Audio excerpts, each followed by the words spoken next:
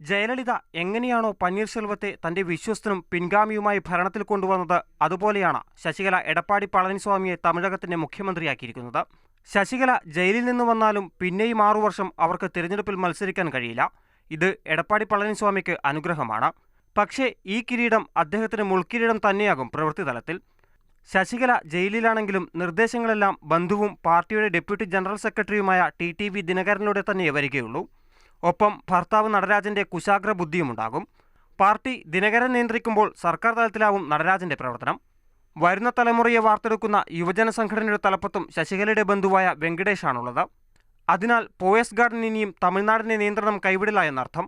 ജയസ്മാരകമാക്കാനുള്ള പന്നീർശെൽവത്തിന്റെ നീക്കം തൽക്കാലത്തേക്കെങ്കിലും നടക്കില്ലെന്നുറപ്പായിരിക്കെ കാര്യമായ മാറ്റമൊന്നും പോയസ് ഗാർഡൻ ഉണ്ടാവില്ല. അതിന്റെ സൂചനയാണ് ഇന്ന് ചീഫ് സെക്രട്ടറി ഗിരിജ വൈദ്യനാഥൻ എടപ്പാടി പളനിസ്വാമിയെ പോയസ് ഗാർഡനിൽ ചെന്ന് കണ്ടതിൽ നിന്ന് മനസ്സിലാക്കേണ്ടത്. G Prasad Kumar, Mathrubhumi news, Chennai.